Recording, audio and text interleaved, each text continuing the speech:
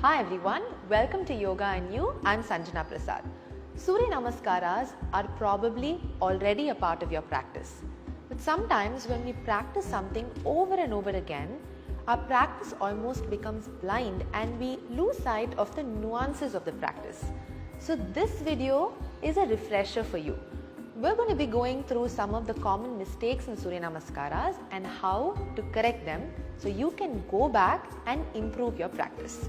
We're going to get started at the top of the mat in Samasthitihi. So your feet together, toes heels touching, shoulders rolled back, chin down, neck neutral and fingertips pointing to the floor.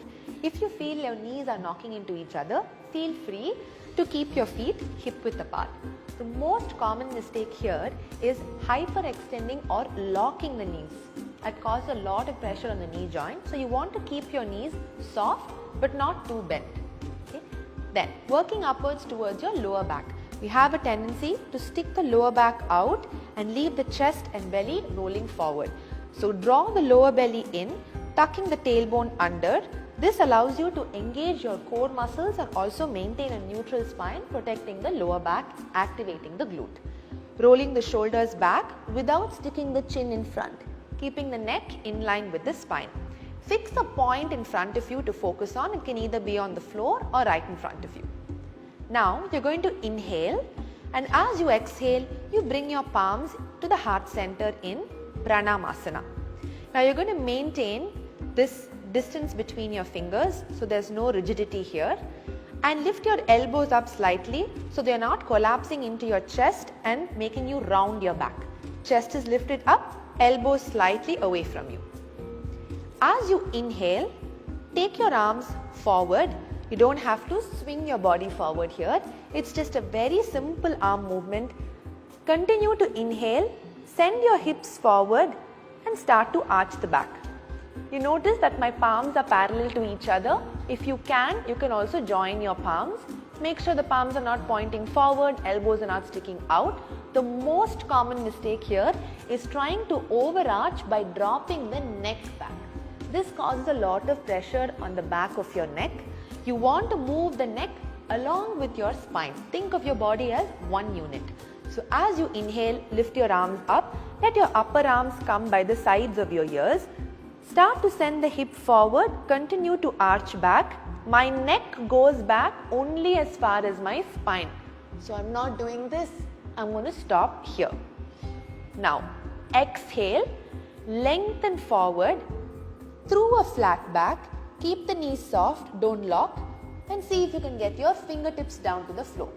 The common mistake here in folding forward is rounding your back in an attempt to reach the floor. We do not have to force ourselves to reach the floor. You can always send the hips back, bend the knees slightly, and then reach the floor here. So don't push the body to straighten the legs. Once you start to do that, this will start to happen. So keep the knees soft and think about lengthening the spine and getting this contact between your belly and the thigh. Your fingertips can stay here. If you have blocks, you can also use the blocks to elevate and find a little bit of height in this posture. This is on exhalation. Now on your next inhale, taking your right foot back, place the right knee down on the mat. Common mistake here is keeping the toe tucked. You release the toes so your toes are pointed, knee and ankle in one line. You do not lift the heel off here. Place the heel on the mat. Most common mistake here is sinking the chest down into the thigh. Try and place both your palms down and inhale, lengthen up from the chest. If this is very difficult for you, you can also stay on your fingertips or again use your blocks to find a little bit of elevation. So once you're here, you maintain the knee and ankle position.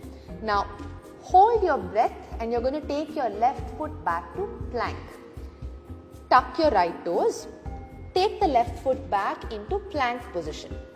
Most common mistake from the heels. You either send the heel back too much or you lock the knees or bend the knees. You start to sink the hip or raise the hip too much. Your elbows are bent or locked or your wrist and shoulder alignment is displaced. So if you notice through all of these mistakes, the form of the plank itself looks off. So we're going to correct this one by one. We're going to start from the heel. So in your plank position, you want your heel to be in line with the toes. This allows you to engage your core to the maximum and build strength in your core. So get your heel in line with the toes. Make sure the knees are soft but not bent either. But neither are you hyperextending. There's a difference between keeping it soft and bent. Then you want to focus on keeping your thighs and glutes active. So your glutes are also engaged here.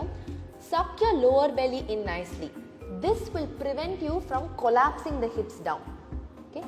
Keep drawing the belly in, so you're maintaining this one line in the body.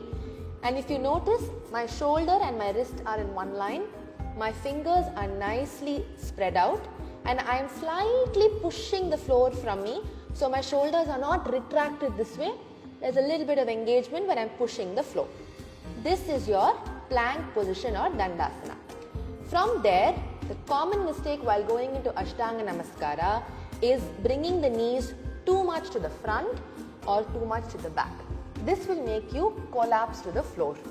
So from your plank position, you're going to drop the knees exactly where they are. And when I do this, I'm not sinking my hip. Hip stays neutral. From here, Ashtanga Namaskara, 8 points on the floor. So your belly does not reach the mat at all. Okay? From your plank, you drop the knees down, chest and chin down on the mat. If chin is too much, you can bring the forehead down on the mat. If you see there is a gap here, I can slide my arm between my belly and the mat. This is your 8 points on the floor. Now, very often what we do is 1, we either go flat to the floor, 2, we collapse. We do this slight arch to go to the floor. This is a lot of pressure on the lower back. To improve your movement into Ashtanga Namaskara, you can try bringing the knees down, slightly move the hips back and imagine you're diving towards your mat in between the palms. This way, it gives you a little bit of momentum to go down with comfort. Okay? From there, if you notice now, we have reduced the distance between the feet and shoulders. We have to make up for that. So use your feet and as you inhale, slightly push forward. So you see there's a small slide and from there, you're going to lift your chest up into Bhujangasana. Common mistakes here. First, you try to lift up like this. There's a difference between Bhujangasana and Urdhva Mukha Svanasana, which is upward dog. In Hatha Yoga Surya Namaskara, we're just going to stay here. Active upper back, palms next to the chest, elbows stay bent.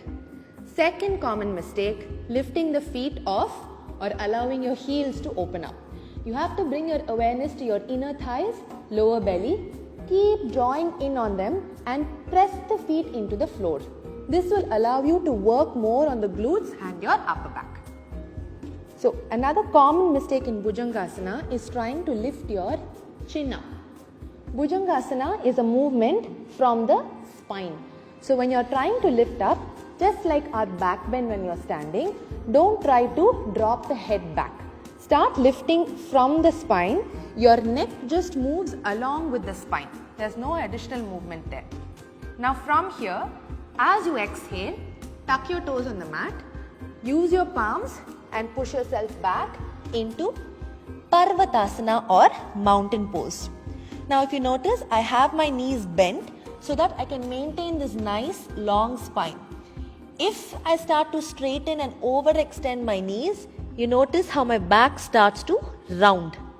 So you want to keep the knees soft and work on moving the weight away from your palms, sending your hips up and back as much as you can. This is your Parvatasana.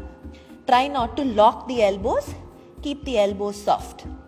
Now on your inhalation, you're going to step the right foot forward between the palms. This is not a mistake, but it happens to a lot of us where the foot gets stuck halfway. A good trick for that, one would be to hold the ankle and slowly bring it all the way to the front. This way you can come into your Ekapada Prasaranasana. 2. Sometimes we don't engage the core enough to bring the foot forward. You have to create space for that. So from your downward facing dog, make sure you're drawing the navel in, bring the knee high up, close into your belly, and then shift forward. You will be able to bring the foot all the way to the top between your palms. From here, you need to relax the other leg. Again, lift the chest up. You can stay on your fingertips or use the block. Following exhalation, tuck the left toes, step forward, following the same alignment. Knees soft, lengthen spine. Only if you start to get comfortable here, you're going to go into a full forward fold. If not, stay with the knees bent. Coming up from this position is very crucial. A lot of times we come up with a rounded spine and in a hurry, just this way. So you want to think about extending the arms forward and coming up as one unit. So from here, as you inhale, lift your arms up to your ear level. Now your upper body is one unit. Suck the belly in, come all the way up and continue arching the back.